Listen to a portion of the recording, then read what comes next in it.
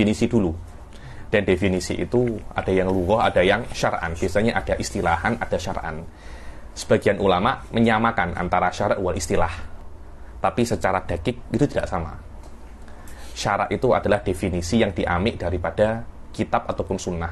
Ketika Rasul mendefinisikan atau Allah mendefinisikan, itu namanya syar'an. Contohnya apa? Ketika Rasul mendefinisikan sombong, al-kibru batrul haq wa ghamtun nas. Lah ketika Rasul mendefinisikan itu, maka definisi ini namanya apa? Syar'an. Ai haddun ma'khudun minasyara', daripada syara'. Dan syara' idza utliqa maknanya Allah hakikatan atau Rasul majazan saja. Itu saja. Kalau istilahan beda. Istilahan itu adalah definisi yang dibuat oleh selain Allah dan Rasulnya, tapi di dalam orang-orang yang alim pada bidangnya. Contohnya definisi fa'il di dalam nahwu itu bukan syar'an, itu istilahan. Karena yang membuat itu para ulama. Definisi pernikahan kalau bukan daripada Allah namanya apa? Istilahan.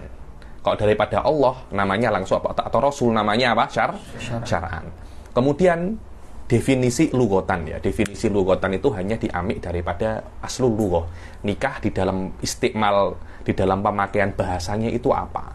Dan ingat Ustadz Afdol ya, yang namanya lughatan itu biasanya lebih luas daripada syar'an. Anda kena paham itu? Nanti, yakni maknanya definisi syar'an itu adalah definisi yang diambil daripada bahasa, ditambahi dengan beberapa kuyut. Apa kuyut itu? Ditambahi dengan beberapa ikatan lagi. Karena itu syara' biasanya tidak semesti, tidak pasti ya. Biasanya itu lebih khusus daripada lughatan semacam itu. Lebih khusus daripada lughatan, dan tidak boleh ada perbedaan yang sangat signifikan antara syar'an wa lughatan, tidak boleh. Karena definisi di dalam syara' mesti ada keterkaitan dengan definisi daripada lughah, mesti semacam itu.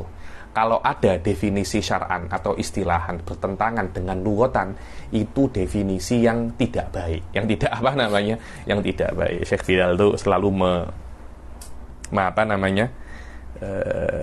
memisalkan dengan al-jahlul murakkab itu masuk di dalam ilm fistilahil manatikoh.